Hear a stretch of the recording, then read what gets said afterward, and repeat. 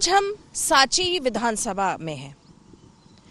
90 के दशक से सांची विधानसभा में भाजपा का दबदबा रहा है।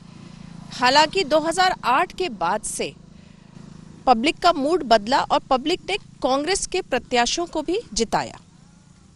और इस बार का जो उपचुनाव है वो इस कारण से है कि कांग्रेस के प्रभुराम चौधरी ने भाजपा का दामन थामा।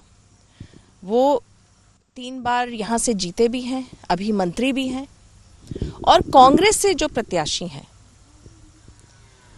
वो पहली बार चुनाव लड़ रहे हैं। तो देखना ये होगा कि जनता क्या प्रभुराम चौधरी जो कि मंत्री भी हैं, जो कांग्रेस छोड़ के बीजेपी में आए हैं, क्या उनको जिताती है, या 2018 में जिस तरह से जनता ने कांग्रेस को वोट दिया था तो इस बार के कांग्रेस के प्रत्याशी जो पहली बार चुनाव लड़ रहे हैं उनको जिताती है। और जनता किस मुद्दे पे वोट देती है ये भी हमें देखना होगा। क्या विकास मुद्दा है या बिकाऊ वर्सेस टिकाऊ मुद्दा है? तो चलिए श्रीमान एमएलए में हम इन दोनों प्रत्याशियों से बात करेंगे, उनका जनसंपर्क देखेंगे, जनता का मूड जानेंगे। तो आइए देखते हैं श्रीमान एमएलए। मध्य प्रदेश में 28 सीटों पर होने जा रहे उपचुनाव में एक सीट है सांची। ज्योतिरादित्य सिंधिया के साथ बीजेपी का दामन थामने वाले डॉक्टर प्रभुराम चौधरी के इस्तीफे के बाद यहाँ उपचुनाव होने हैं।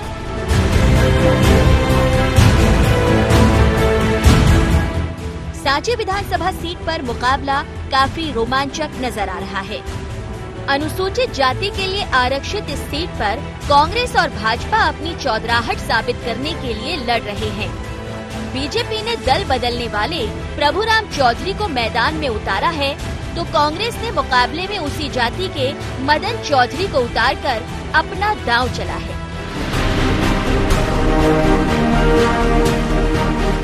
उपचुनाव में अब करीब 15 दिनों का समय बचा है। ऐसे में दोनों प्रत्याशियों ने अपने जनसंपर्क और प्रचार को तेज कर दिया है। चलिए जानते हैं कि जनता क्या सोच रही है। क्या कहेंगे आप, किस तरह का चुनाव का माहौल है? माहौल गद्दारों के खिलाफ है। चुने हुए प्रतिनिधि, हम आज तक हमने जो पढ़ा देखा समझा, जब किसी प्रतिनिधि की चुने हुए की मौत हो जाती थी तब उपचुनाव होता था। शारीरिक रूप से तो ये 22 गद्दार जिंदा हैं, लेकिन इनका जमीर मर गया, इनकी विचारधारा मर गई, इनका विश्वास मर गया, और इन्होंने क्षेत्र की जनता के साथ धोखा किया है। और निश्चित रूप से जनता जो है वो उसके जवाब देगी। आप क्या कहोगे बाबा? अरे अभी तो बोले साहब गद्दार है। पहले से ही सिंधिया जो माता राम थी पहले से गद्दारी करी है। पहले से ही हमने इतिहास पढ़ा साहब, हम पढ़े पहले से ही। हाँ पहले से जी। एक वोट से पूछो मैडम, हम ये कहेंगे कि मुद्दा है यहाँ पर सबसे बड़ा बेरोजगारी का, क्योंकि बीजेपी सरकार 15 साल रही, पिछले 15 वर्ष रही, लेकिन यहाँ पर कोई विकास नहीं हुआ। आज देखिए पढ़े लिखे युवा लोग जो हैं, मतलब मजदूरी नहीं मिल रही है। यहाँ पर स्थिति बहुत गंभीर है, मतलब बिलो पॉवर्टी लाइन से नीचे भी लोग जीवन जी रहे हैं यहाँ पर। ये है। आप क्या कहेंगे, किस तरह का माहौल है? किसको वोट दोगे आप? कांग्रेस को वोट। क्यों दोगे कांग्रेस? क्योंकि वो पैसे में बिक जाते हैं। अगर हम वोट नहीं दें तो फिर क्या कार है, वे तो पैसा कम खरीद कर फिर बिक जाए। अगर डबल बन जाए फिर दूसरे बिक कर फिर जो ही करेंगे। हम जनता का मतलब ही नहीं है, कोई जनता क्या करेगी, वोट दे कोई मतलब ही नहीं। आप किसको दोगे? मैं कमलनाथ जी को, कांग्रेस को वोट दूंगा, क्योंकि बीजेपी की सरकार में मेरे लिए बहुत प्रताड़ित किया गया है और अभी भी प्रताड़ित किया जा रहा है। लेकिन मैं डटा हुआ हूं और मैं उनसे हार नहीं मानूंगा। ऐसे बिकाऊ लालों के लिए मैं कभी जिताना नहीं चाहूंगा और न वोट देना चाहूंगा। आप क्या कहेंगे? मैं कुछ नहीं कहना चाहता हूँ मैडम। आप कुछ नहीं कहना चाहते? चलिए ऐसे भी हैं जो कुछ नहीं कहना चाह रहे। आप क्या कहोगे भैया? गरीब आदमी है, जमीन है नहीं है, मकान नहीं मिला, कुछ नहीं मिला, मजदूरी करते। किसको वोट दोगे? कांग्रेस में। कांग्रेस को देंगे। बीजेपी को नहीं दोगे? नहीं देंगे बीजेपी को। बच्चों को पैसे खा के बन रही है, स्कॉलर खा गई सारी। व्यापम घोटाला कर रही है शिवराज सरकार। हर बार भर्ती निकालती है लेकिन एग्जाम ही नहीं करा दी। संविदा का निकाला वो कैंसिल कर दी, कांस्टेबल का निकाला वो कैंसिल कर दी। बच्चों की स्कॉलरशिप खा गई, स्कॉलरशिप ही नहीं आ रही। 15,000 स्कॉलरशिप आनी थी। गरीब बच्चे क्या करें जिनके माता पिता मजदूरी कर रहे हैं।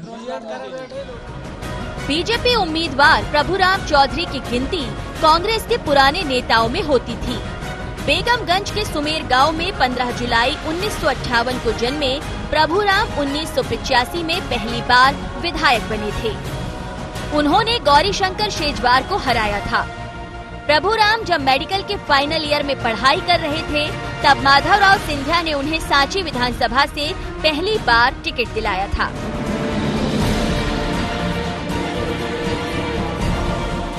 दो 2018 में जब प्रदेश में कमलनाथ के नेतृत्व में सरकार बनी तो उन्हें मंत्री बनाया गया, लेकिन 2020 की शुरुआत में सिंधिया कैंप के प्रभुराम भाजपा में चले गए। प्रभुराम चौधरी के बीजेपी में शामिल होने के बाद सालों तक चला शेजवार वर्सेस प्रभुराम चौधरी का चुनावी मुकाबला भी अब खत्म हो गया है।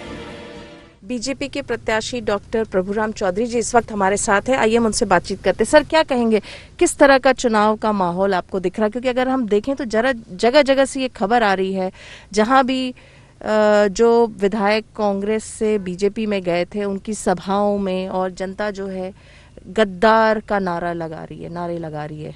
कई जगह से इस तरह की खबरें। नहीं, जनता तो कहीं कोई इस तरीके के कहीं यहाँ नारे नहीं लगा रही। और आप अगर घूमेंगे सांची विधानसभा में तो आपका जो कुछ लोग हैं कांग्रेस पार्टी के, जो इस तरीके की जो अनलगर प्रलाप जनता के बीच में कर रहे हैं, और इसमें कहीं कोई सच्चाई नहीं है। अगर गद्दार तो वो लोग हैं जिन्होंने जनता से चुनकर सरकार में पहुंच गए थे और जनता की बात को सुना नहीं। जो विकास के मुद्दे थे उन लोगों को लेके गए, जो वचन दिए गए थे उनको जब लेके गए, उनकी जब सुनवाई नहीं की और जनता में जो आक्रोश था, यही एक कारण रहा कि कांग्रेस की सरकार गिरी और मध्य प्रदेश में फिर से चौथी बार शिवराज सिंह जी चौहान मध्य प्रदेश के मुख्यमंत्री बने। तो विकास ही सबसे बड़ा मुद्दा है, विकास ही सबसे बड़ा मुद्दा है। और विकास अभी जब से हमने इस्तीफा दिया और भारतीय जनता पार्टी ज्वाइन की, शिवराज सिंह जी चौहान प्रदेश के मुख्यमंत्री बने, इस विधानसभा क्षेत्र में लगभग 400 करोड़ के कामों की स्वीकृति मिली। अनेक गांवों का भूमि पूजन हो गया, कईयों का लोकार्पण हो गया, और जिससे कि क्षेत्र में एक इतने 400 करोड़ के काम इसके पहले कभी इतने हुए ही नहीं। लेकिन इस पे तो अपोजिशन कांग्रेस ये कह रही कि ये सब जो है कागज में है, ये कागज में है केवल जनता को लुभाने के लिए। ये सब धरातल में है। जो वो बात कर रहा हूं मैं, जो कामों की स्वीकृति शासन से ऑर्डर हो चुके हैं, जिनके भूमि पूजन हो गए, स्वीकृति होने के बाद में काम शुरू हो गए, वो मैं बात कर रहा हूं। जो घोषणाएं की हैं उसकी बात मैं नहीं कर रहा हूं। जो घोषणाएं की हैं वो तो आगे पूरी होंगी, लेकिन जो काम ऑलरेडी सैंक्शन हो गए सरकार के द्वारा, जिनका काम शुरू हो गया है, ऐसे 400 करोड़ काम की शुरुआत इस सांची विधानसभा क्षेत्र में की गई है, जिससे जनता में एक प्रसन्नता की लहर है। चलिए, आप कह रहे हैं कि मुद्दा विकास है, गद्दार और वर्सेस वफादार, नोट वर्सेस वोट नहीं है। आपको नहीं लगता इससे नुकसान होगा बीजेपी को, आप लोगों को, उन विधायकों को जो कांग्रेस छोड़ के बीजेपी में आए?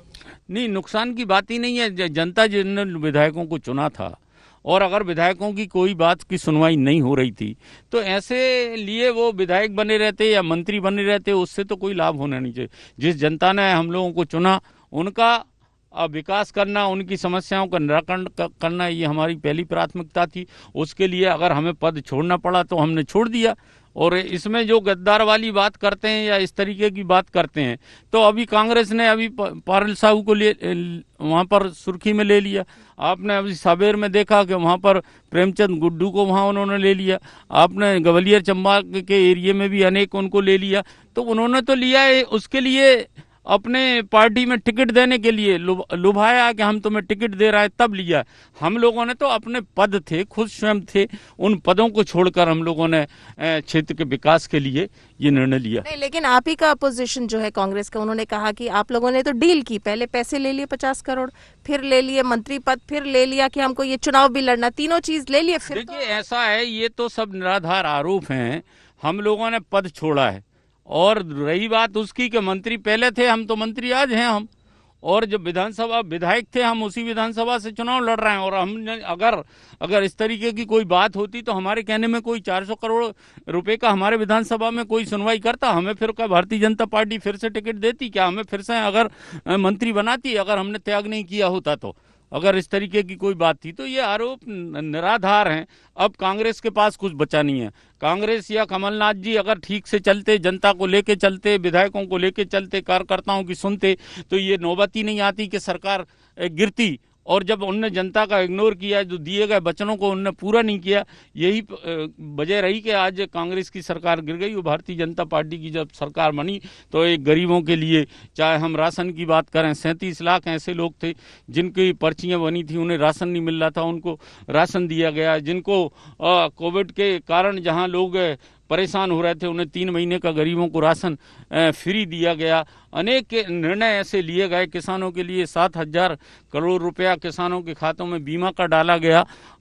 और अभी जो किसान सम्मान निधि 6,000 रुपये केंद्र सरकार देती थी, मध्य प्रदेश ने सरकार ने, शिवराज सिंह चौहान ने ये निर्णय लिया कि अब हम 4,000 रुपये और अब 10,000 रुपये महीने में मिलेंगे।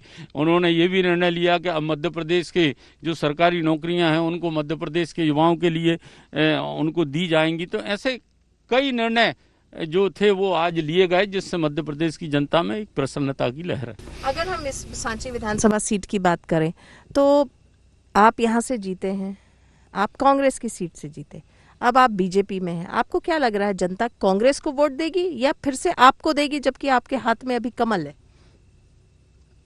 मेरा संबंध सांची विधानसभा क्षेत्र की जनता के साथ 35 साल से है। हर सुख में दुख में सांची विधानसभा क्षेत्र की जनता, यहाँ के नागरिक, यहाँ के मतदाता और मैं एक दूसरे के हमेशा बिल्कुल साथ रहे हैं। सुख दुख में हम लोग एक दूसरे के करीब रहे। मैं विधायक रहा तो भी क्षेत्र की जनता के बीच में रहा, अनेक बार मेरे टिकट कटे तब भी मैं जनता के बीच में रहा, विधायक रहा तो मैं रहा और मंत्री रहा तब रहा। इसलिए हमारे जो संबंध हैं, 35 साल के जो संबंध हैं, जनता का सहयोग और समर्थन मुझे मिल रहा है और मैं निश्चित रूप से, और भारतीय जनता पार्टी और मैं स्वयं यहाँ से विजयश्री हमको मिलेगी। लेकिन आपके विधान यहाँ पे बीजेपी में ज्वाइन करने के बाद यहाँ के जो नेता है उनका तो राजनीतिक भविष्य संकट में है ना। चाहे शेजवार जी की बात करें, रामपाल सिंह की बात करें, सबकी बात करें, किसी का कोई भविष्य संकट में नहीं है। अब हम सब लोग मिलकर भारतीय जनता पार्टी का काम कर रहे हैं और उनमें एक प्रसन्नता है क्योंकि हमारे आने से फिर से भारतीय जनता पार्टी की सरकार बनी और क्षेत्र के लोगों के एक काम होने लगे। हर किसी भी राजनेता के लिए ये सबसे ज़रूरी होता है कि जनता के जो समस्याएं हैं जिनके बीच में हम जाते हैं उनका हम लोग निराकरण करें। वो काम हो चुका, हम सब लोग मिलकर यहाँ काम आ गए बीजेपी में, आपका तो भविष्य सुरक्षित है, उनका क्या? जो नेता जो इतने सालों से बीजेपी से जुड़े हैं, सबका भविष्य सुरक्षित है, इसमें कहीं कोई किसी प्रकार की कोई बात नहीं है। हम सब लोग मिलकर काम कर रहे हैं। और 28 सीटों में क्या लग रहा है, क्या रिजल्ट आएंगे? 28 में से 28 सीटें भारतीय जनता पार्टी मध्य प्रदेश में चुनाव जीतेगी। ये तो ऐसा लगता है कि आप सब लोग बोलने के लिए बोल रहे हैं, स्टैटिस्टिक्स ऐसा नहीं। आप खुद जनता के बीच में जाएंगे, आप लोग उनसे बातचीत करेंगे तो आपको खुद इस बात का अंदाजा हो जाएगा कि पब्लिक किसके साथ है। चलिए, IND 24 से बातचीत करने का बहुत बहुत शुक्रिया। तो ये थे डॉक्टर प्रभुराम चौधरी, जिनका मानना है कि वो विकास के मुद्दे पे उन्होंने अपनी कांग्रेस पार्टी को छोड़ा और उन्होंने अपने हाथ में कमल का फूल लिया है और जनता भी जो है उन पे विश्वास जगाएगी और कमल के फूल को विजयी बनाएगी। कांग्रेस प्रत्याशी मदन लाल चौधरी ने पिछले चुनावों में प्रभुराम चौधरी के लिए वोट मांगे थे, लेकिन अब दोनों की भूमिकाएं बदल गई हैं। इस बार दोनों आमने सामने हैं। मदन लाल के राजनीतिक सफर की बात करें तो मदन लाल साल 2000 से 2005 तक कृषि उपज मंडी के सदस्य रह चुके हैं। साल 2005 से 2010 तक उन्होंने हरदौट पंचायत के सरपंच के रूप में काम किया। साल 2015 से वो वार्ड नंबर 4 से जिला पंचायत सदस्य के तौर पर काम कर रहे हैं। मदन लाल की पत्नी रामवती चौधरी भी राजनीति में हैं। वो साल 2010 से 2015 तक जिला पंचायत सदस्य रह चुकी हैं। इस बार के उपचुनाव में मदन लाल को स्थानीय उम्मीदवार होने का लाभ मिल सकता है। हम इस वक्त हिनोतिया खास गांव में हैं और हमारे साथ हैं कांग्रेस के प्रत्याशी मदन लाल चौधरी जी। आइए हम इनसे बातचीत करते हैं। चुनाव का किस प्रकार का माहौल है इस बार यहाँ सांची में? हालांकि ये सीट तो कांग्रेस ने 2018 में जीती थी, आप इस बार प्रत्याशी बने हैं, पहली बार आप चुनाव लड़ रहे हैं, क्या कहेंगे, कैसा माहौल देख रहे हैं? माहौल बहुत अच्छा है सांची विधानसभा का और सारी क्षेत्र की जनता कह रही है बिकाऊ नहीं टिकाऊ चाहिए। तो मदन लाल चौधरी का पूरा नारा चल रहा है सब क्षेत्र में जनता में कि टिकाऊ, मदन लाल चौधरी टिकाऊ को भारी से भारी बहुमत से सांची विधानसभा से जिताएंगे और यहाँ से सीट विधानसभा तक जिताकर भेजाएंगे। तो यहाँ पे मुद्दा यही है, बिकाऊ वर्सेस टिकाऊ, वोट वर्सेस नोट, ये मुद्दा है। यही मुद्दा है, बिकाऊ और टिकाऊ वाला। क्या ऐसी यहाँ की जनता को प्रभुराम चौधरी ने यहाँ की जनता को ठक्कर और बेचा है। तो यहाँ की जनता बहुत आक्रोश है यहाँ की जनता, सांची विधानसभा की जनता। हम जगह जगह जाते हैं, माता बहना कहती हैं भैया मदन लाल चौधरी वो प्रभुराम चौधरी बिक गए हैं, ऐसे आप तो नहीं बिक जाओगे। नहीं, हमने कि हम तो आपके बीच के आदमी हैं, क्षेत्रीय यहाँ के आपके गांव से ही आते हैं, सांची विधानसभा से ही आते हैं। तो यहाँ सारी सांची विधानसभा की जनता, सारे वोटर बहुत पसंद कर रहे हैं कि मदन लाल चौधरी टिकाऊ विधायक रहेंगे और सबके बीच के विधायक रहेंगे। तो सब लोग बढ़िया आशीर्वाद भी दे रहे हैं, माताएं बहनें सभी आशीर्वाद दे रहे हैं। चलिए, आप पहली बार चुनाव लड़ रहे हैं और लड़ उसके सामने रहे हैं, प्रभुराम चौधरी जी के सामने, जो लगभग 3-4 बार जीत चुके हैं। इस बार मंत्री हैं, सत्ता बीजेपी की है, यहाँ केंद्र में भी सत्ता बीजेपी की है। कैसे आपको लग रहा है कि कांग्रेस और आप इसमें परफॉर्म अच्छा कर पाएंगे? देखिए, यहाँ सांची विधानसभा की जनता ही लड़ रही है और जनता की ही जीत होगी। भारी से भारी कांग्रेस प्रत्याशी को यहाँ से भारी जीत दे रही। हमारी कांग्रेस पार्टी जो मदन लाल चौधरी प्रत्याशी बना है, सारी जनता उसी के को वोट करेगी और जनता ही का चुनाव हो रहा है। जैसे प्रभुराम चौधरी यहाँ की जनता को बेच के और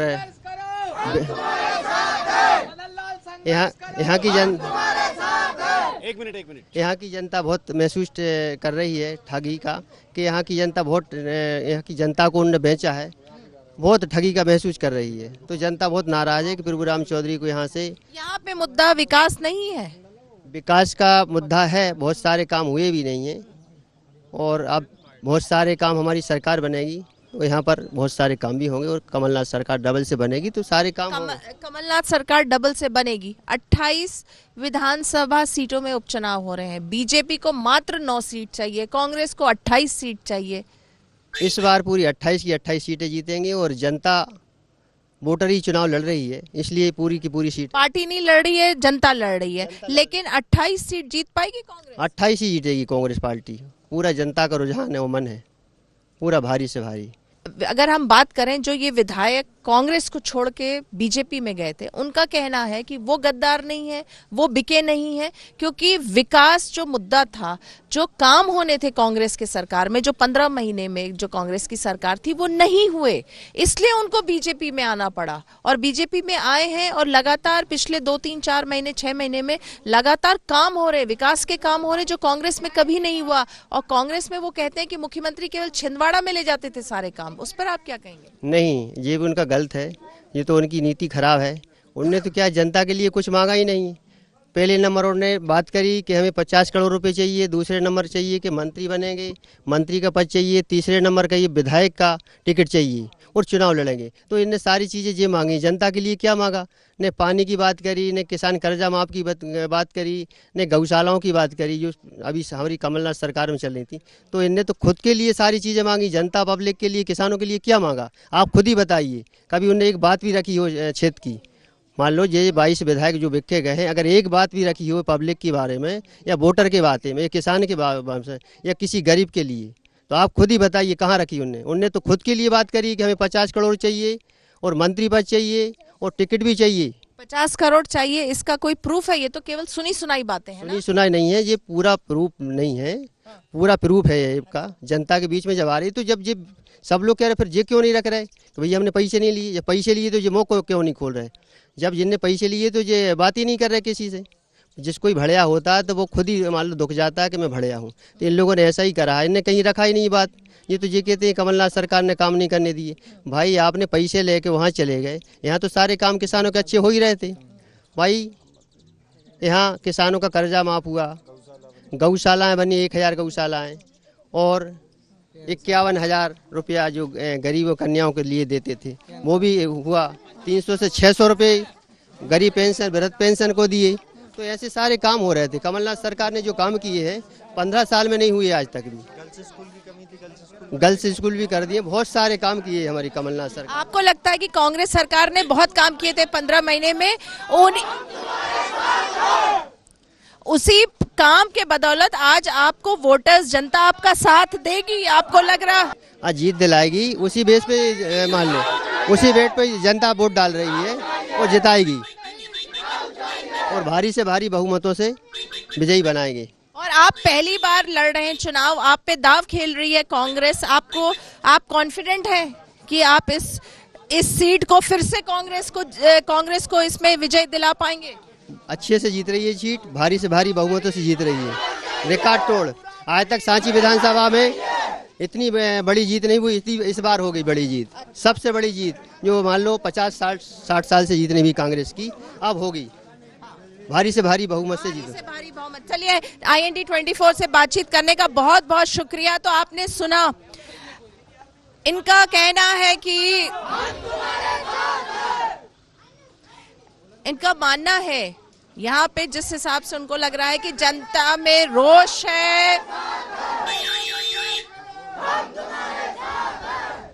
जनता में रोष है और उनका ये कहना है कि साफ साफ कहना है कि जो विधायक बिक गए, जिन्होंने पैसे लिए, अपने लिए मंत्री पद लिया, फिर से चुनाव में लड़ने का टिकट मांगा, तो उन्होंने जनता की चिंता नहीं की, उन्होंने केवल अपनी चिंता करी, अपने लिए बार्गेनिंग किया। तो जनता उन्हें इस उपचुनाव में जवाब देगी। सांची विधानसभा सीट के बीते करीब 3 दशकों के इतिहास पर नजर डालें तो यहाँ बीजेपी का दबदबा दिखाई देता है।